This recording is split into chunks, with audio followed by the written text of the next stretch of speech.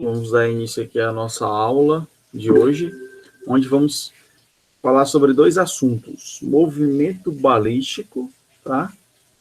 Que, na verdade, é o estudo de lançamentos horizontais, tá? Lançamento oblíquo, na verdade.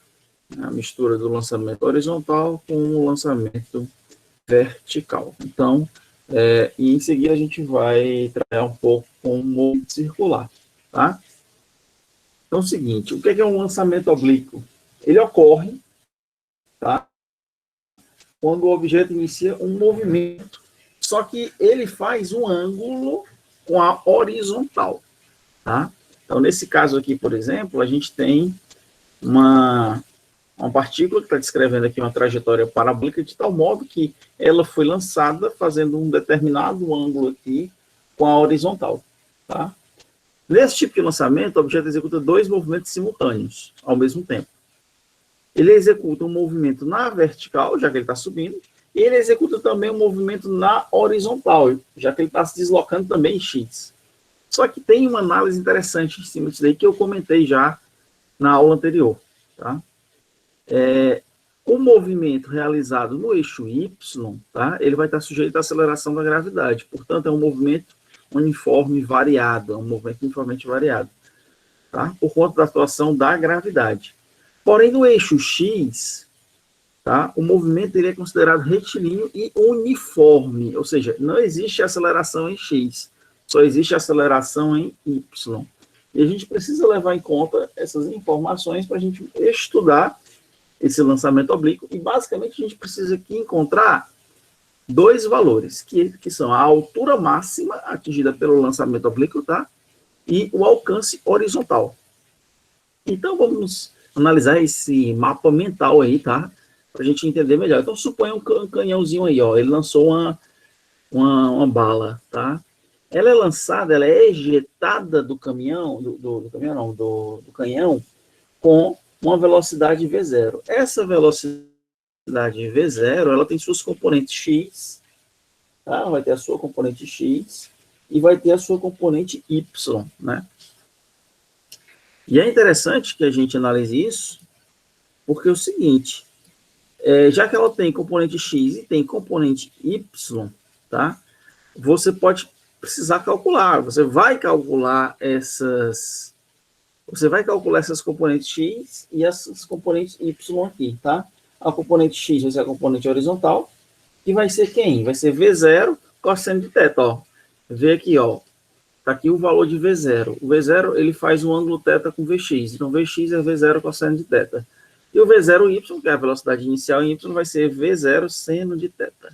Eu até posso escrever que V0 ao quadrado é igual a Vx ao quadrado mais V0y ao quadrado. Professor, por que é V0? Porque é a velocidade inicial em Y. Por que é inicial? Porque ela vai mudando conforme o objeto vai se deslocando aqui, né? E aqui é Vx por quê? Porque esse Vx é constante, a velocidade em x é sempre constante, mas a velocidade em y, ela nem sempre é constante. Ela começa com uma determinada velocidade, ela vai ser zero na altura máxima, porque se não for zero, se a velocidade em y não for zero na altura máxima, o objeto vai continuar subindo, e não é isso que ocorre, tá?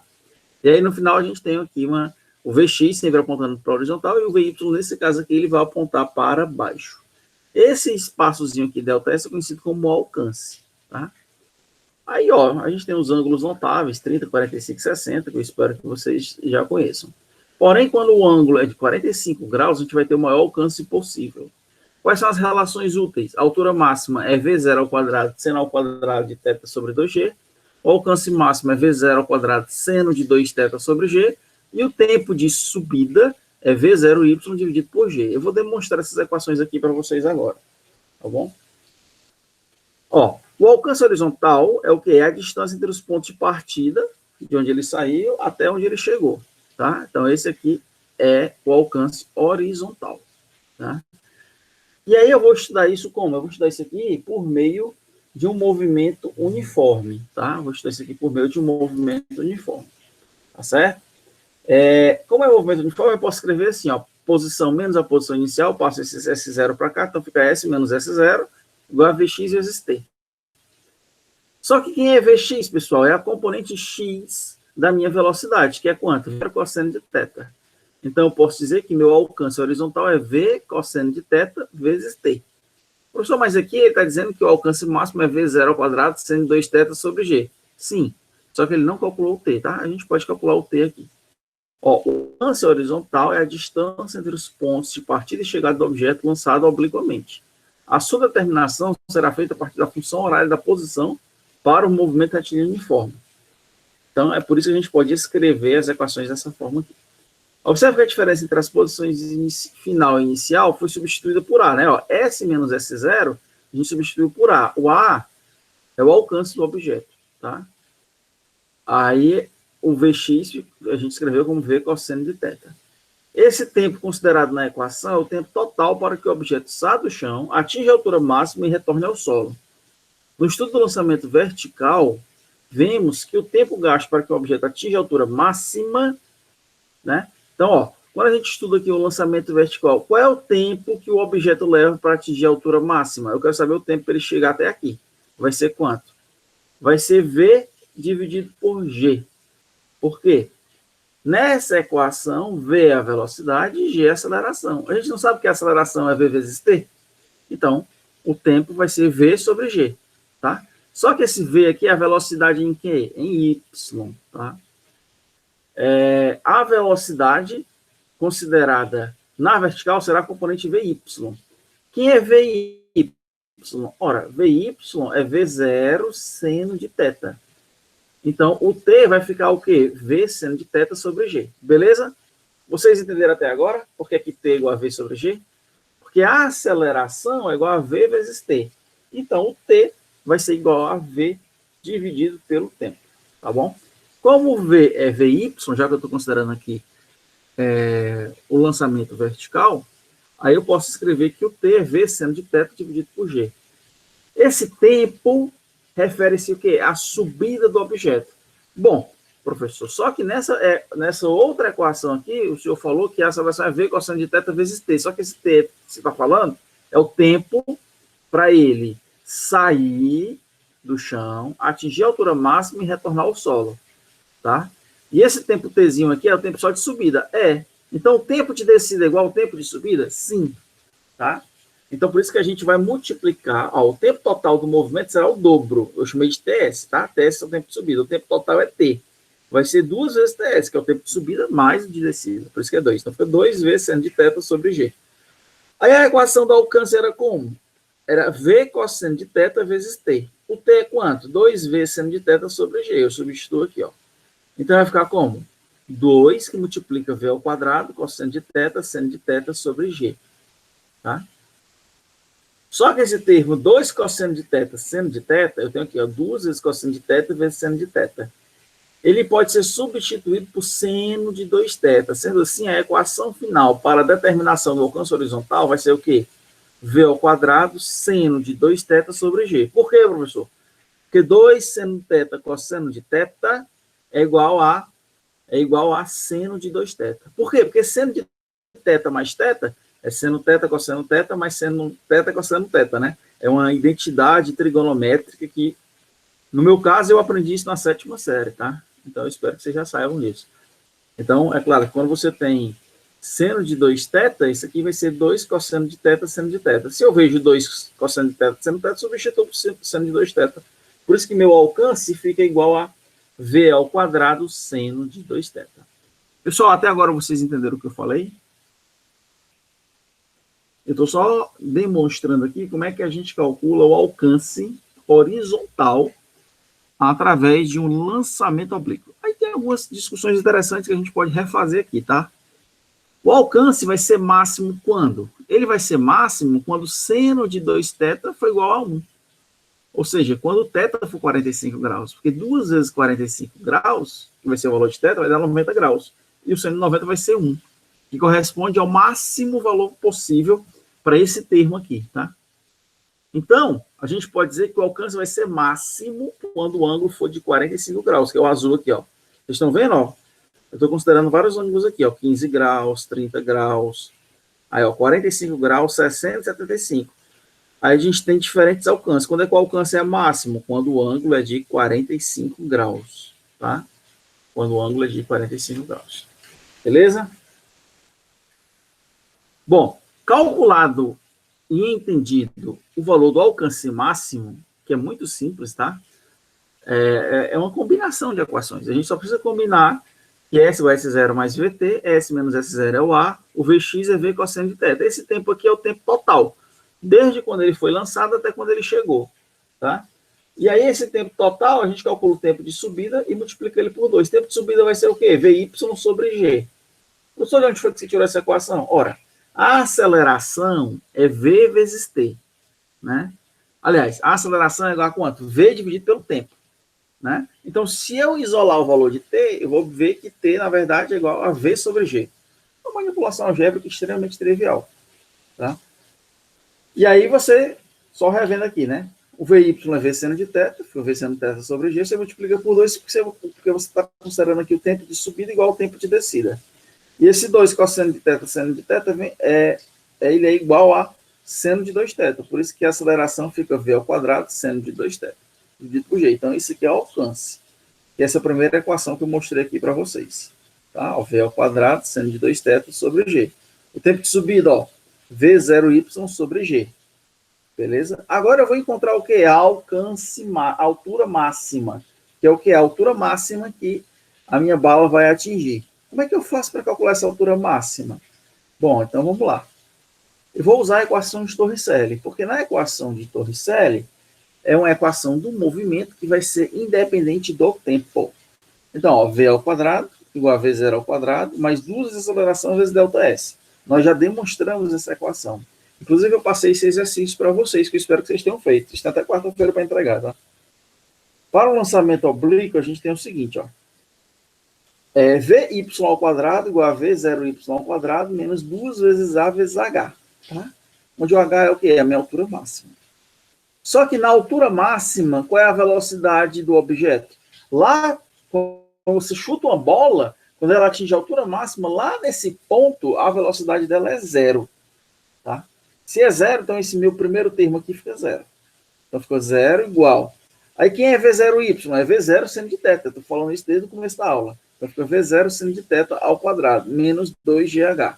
Eu vou passar esse 2GH aqui para o lado esquerdo, então fica 2GH igual a V0 ao quadrado, seno ao quadrado de θ. Tá?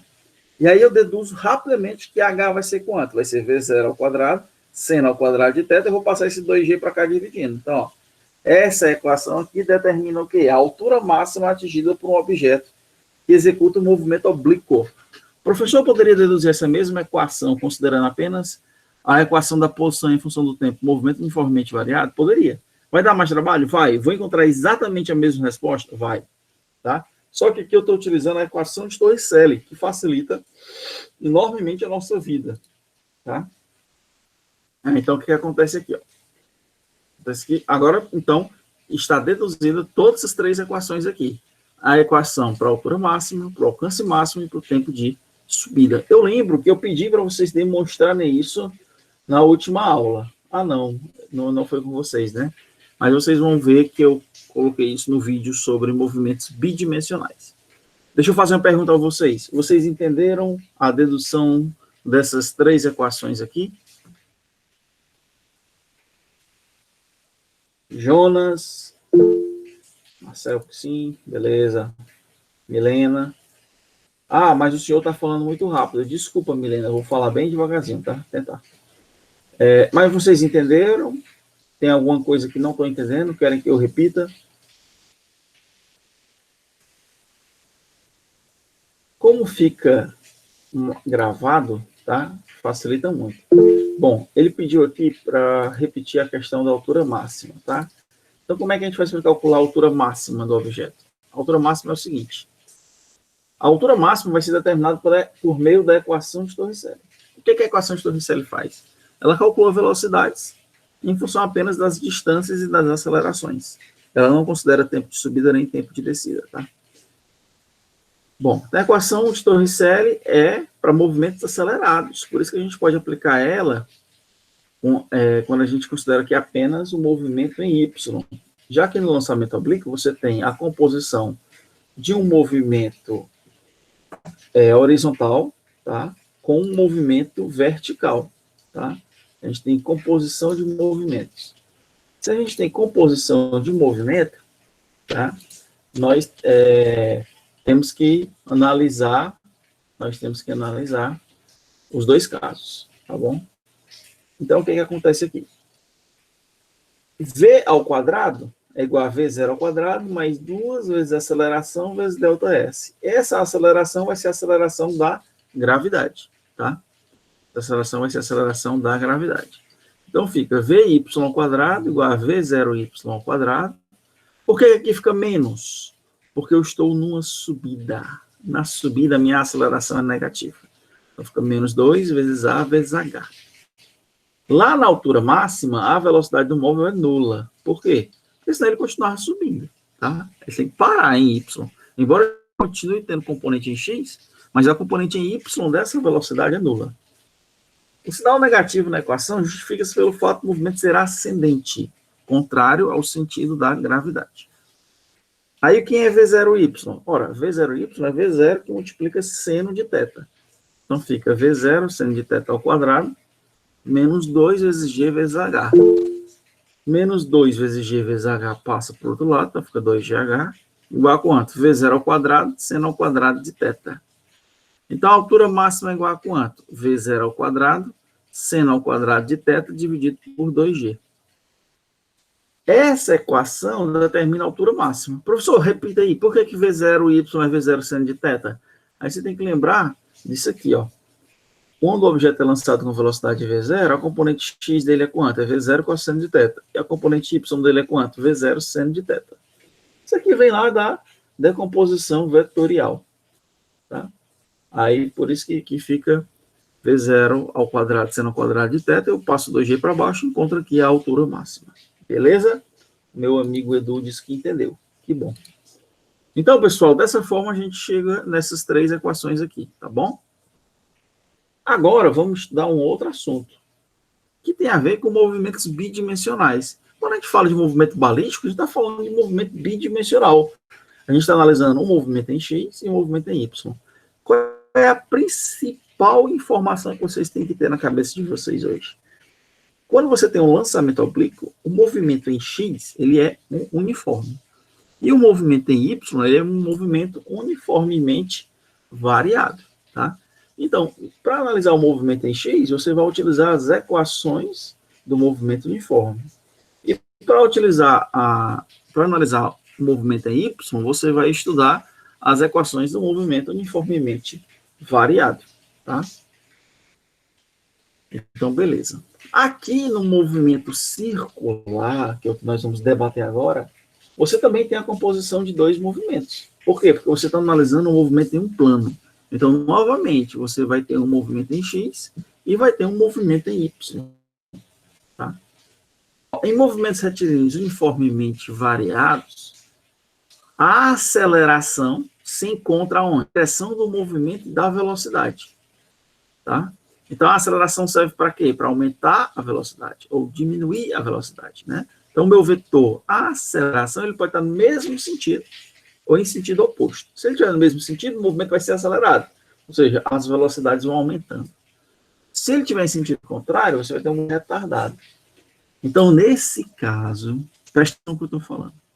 Quando você tem um movimento uniformemente variado, a aceleração, ela altera o quê? O módulo do vetor velocidade. Mas a aceleração, pessoal, também ela pode ser responsável por alterar a direção do vetor velocidade. Professor, como é que eu posso imaginar um troço desse? Você pode imaginar o seguinte: amarra uma bila, uma corda, roda ela, tá? Faz um movimento circular. Né? Esse movimento curvilíneo vai ter essa aceleração, ela não vai alterar o valor do vetor velocidade. A velocidade, por incrível que pareça, é constante. Tá? Mas o movimento é acelerado. E ele é acelerado por quê? Porque o vetor aceleração aqui, ele vai ser responsável por uma mudança também em uma das propriedades do meu vetor velocidade. Qual será ela? Ele vai alterar a direção e o sentido do meu vetor velocidade, tá? Só que essa aceleração, na verdade, ele vai alterar a direção do vetor velocidade. Sempre vai estar alterando a direção do vetor velocidade. Eu vou já mostrar para vocês. Mas essa aceleração aqui, ela é chamada de aceleração centrípeta. Ela sempre vai apontar para o centro da trajetória, tá certo? Ou seja, ela sempre vai ser perpendicular à velocidade instantânea. Por isso que ela também é chamada de aceleração normal ou aceleração radial. Então, o valor dessa aceleração centrípeta vai depender da velocidade com que o móvel está descrevendo a curva e do raio da curva.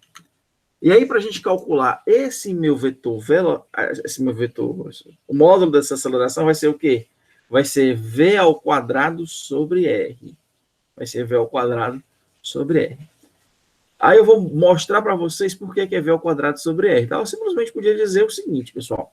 Que no movimento circular uniforme, o meu vetor aceleração centrípeta, ele é responsável por uma mudança na direção do vetor velocidade. Ele não altera o valor da velocidade, ele altera só a direção. Tá? Por quê? Porque numa curva, o objeto sempre tende a ser arremessado. Né? Ele só não vai ser arremessado por quê? Porque existe uma tração, existe ele está amarrado numa corda. Tá? Então, ele nunca escapa, ele sempre fica naquele movimento. Tá? Você pode escrever que a velocidade linear desse objeto numa trajetória curvilínea, ele vai ser igual a quanto? Ele vai ser igual a ômega R. Tá? Se você substituir V por ômega R nessa equação aqui, vai ficar como? V igual a ômega R. Tá? Se eu substituir aqui, o V vai ficar ômega ao quadrado multiplicado por R ao quadrado sobre R. Então, vai dar ômega ao quadrado vezes R. Então, essa aqui é uma outra forma da gente escrever a aceleração centrípeta, só que agora ela dependendo da velocidade angular. Tá?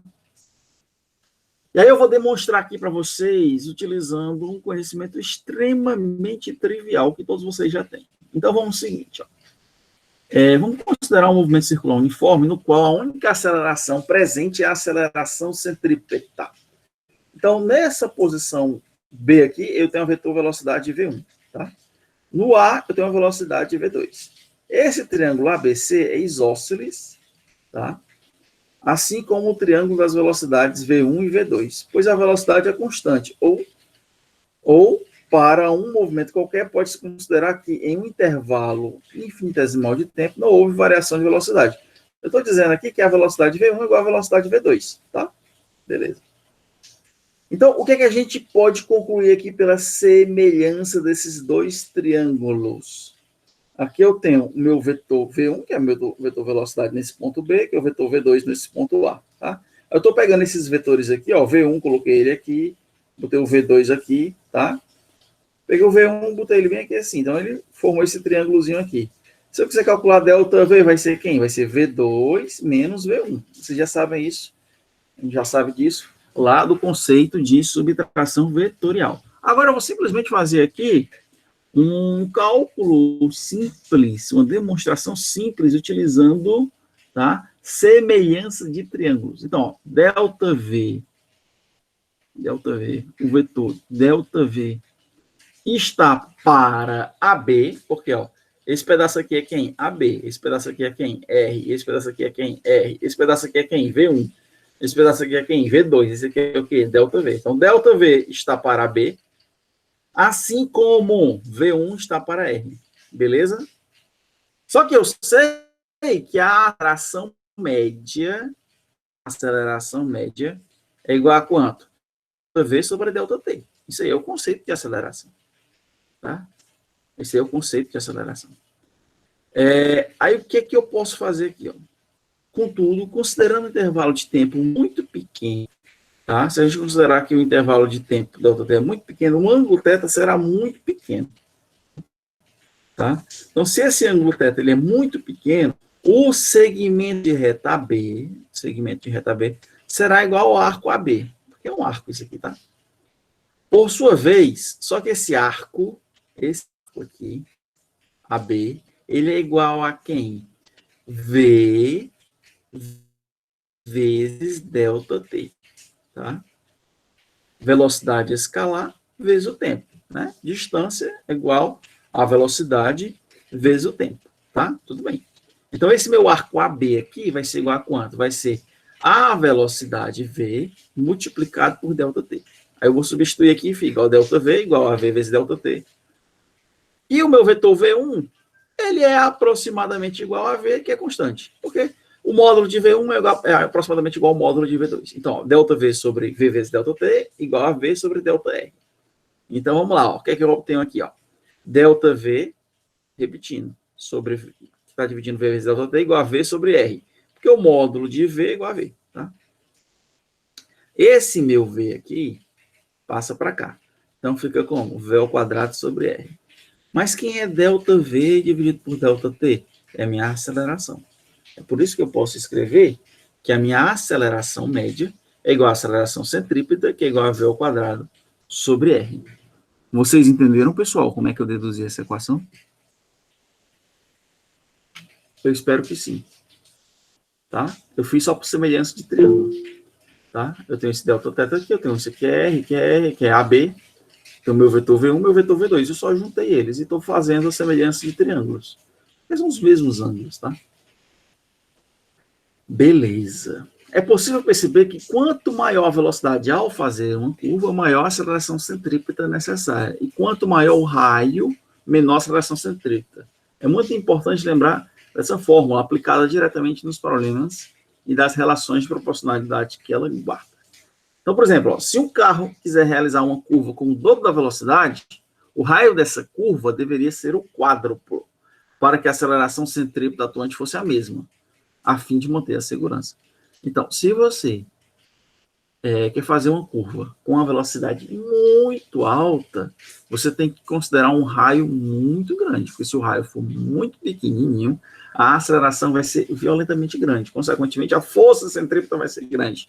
E, consequentemente, caso ocorra algum problema, ele vai ser enorme. Tá? E aí, o que acontece? Agora a gente tem o conceito de aceleração tangencial. Enquanto a aceleração centrípeta altera a direção da velocidade, tá? A aceleração tangencial, a aceleração centrípeta, ela aponta aqui, ó, tá? Para o centro, né? Dessa minha trajetória curvilínea.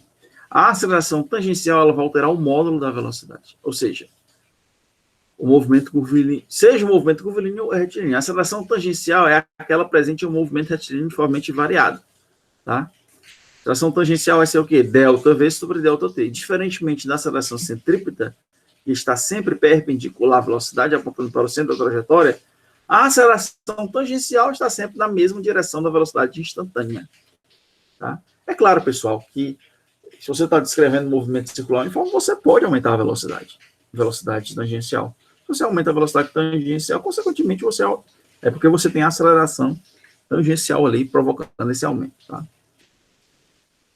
Então, neste exemplo, ao seguir a trajetória em preto, a direção da velocidade está variando. Portanto, há uma aceleração centrípeta atuante. Além disso, a aceleração tangencial está, nesse caso aqui, ó, como a aceleração tangencial ela é contrária ao vetor velocidade, ela vai estar diminuindo o módulo da velocidade. A aceleração resultante é obtida por meio da soma vetorial entre a aceleração tangencial e centrípeta. Tá? Bom, se a gente tem aceleração centrípeta, porque a gente vai ter força centrípeta. Tá? E aí é muito fácil.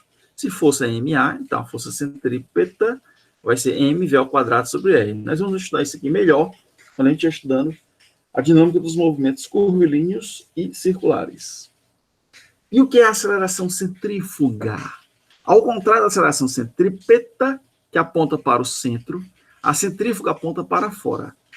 Só que essa força centrífuga é uma força fictícia, uma pseudo-força. Ou seja, é só uma força inercial.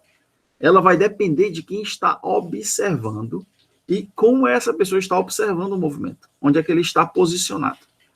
Bom, um exemplo simples é quando a gente tem a sensação que está sendo empurrado para fora de uma curva ao passar por ela de carro e com velocidade razoável. A gente pode pensar que é uma força atuante que nos empurra para fora, que é a força centrífuga. Mas essa força centrífuga ela é uma força fictícia, tá? Esse efeito é somente um resultado da inércia, né? Por quê? Porque, claro, o seu corpo tende a se manter em uma trajetória retilínea, porém, quando você está fazendo uma curva, o seu corpo tende a ser jogado para fora. Ele não é jogado para fora por quê? Porque se você está dentro de um carro, né, você vai ter as paredes do carro impedindo que você seja jogado para fora. Tá? Essa força é uma força fictícia, ela não existe. Tá? Ela é apenas resultado da primeira lei de Newton, resultado da inércia. Tá certo? Então, pessoal, os conceitos que eu tinha para apresentar para vocês hoje eram esses. Tá? Conceito, demonstrar para vocês 4 equações que eu demonstrei hoje. Altura máxima, alcance máximo, tempo de subida, tá? Então, esse mapa mental precisa estar na mente de vocês. E aí eu precisei mostrar para vocês também aqui o movimento circular e basicamente demonstrei essa equação, que a aceleração centrípeta é igual a V ao quadrado sobre R. No livro, ele faz uma demonstração um pouco diferente, tá? Mas ele demonstra também que a aceleração centrípeta é V ao quadrado sobre R, tá? De uma outra forma, tá? Aqui eu estou mostrando de uma forma mais simples. Vocês podem também estudar pelo livro e vocês vão ver uma outra forma de demonstrar isso aí. Bom, então o que eu tinha para falar para vocês hoje era isso.